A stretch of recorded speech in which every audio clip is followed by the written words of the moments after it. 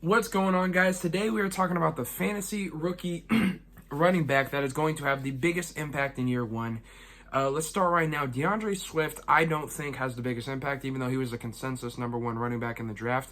He goes to Detroit, and they got some running backs over there. He's going to have to compete for it, and Detroit's not going to be ahead a lot, so they're not going to run the football as much.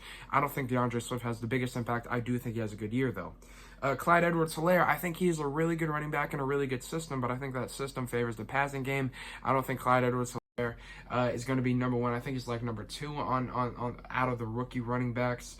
I think he has a phenomenal year. I don't think he's number one, though, just based on the fact that they have so many other weapons that they're going to take advantage of. Tyreek Hill, Travis Kelce. I think they're going to pass the ball one heck of a lot and not run it quite so much to Clyde Edwards-Helaire.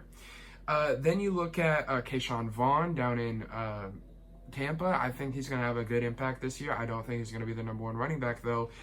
He's not even going to be the number one running back in that system. That'll be Ronald Jones. And then J.K. Dobbins goes to Baltimore. I think that's going to be a really good fit, but not even the number one running back in the system. Mark Ingram will be number two behind Lamar Jackson, who's the number one running back in that system.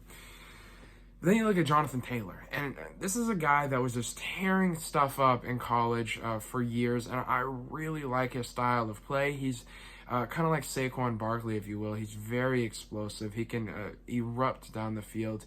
Big lower body. I think Jonathan Taylor going behind these physical offensive linemen in Indianapolis is going to be a phenomenal fit. I think it's going to be unstoppable. With the Phillip Rivers there as well, and the pieces that they brought in through the draft and through free agency, I think the Indianapolis Colts are going to be a really good team, and I think based on what they've built, I think Jonathan Taylor is going to be set up for success instantly upon arrival. He's going to go behind one of the best offensive lines in the NFL, play with a veteran quarterback who's going to truly appreciate his presence and what he brings to the table, and I think that's going to be a phenomenal fit. So my sleeper running back rookie that people have not been talking about, that it's going to have an impact in fantasy, I would draft him in fantasy. I would draft him in fantasy in the second, third round. Jonathan Taylor is going to have a phenomenal year for Indianapolis. People are sleeping on him. Don't sleep on him. We're going to have a lot more fantasy football advice as it comes down the stretch here. Just so you know, I'm a big fantasy football guy. I have my league that we do with my show every year.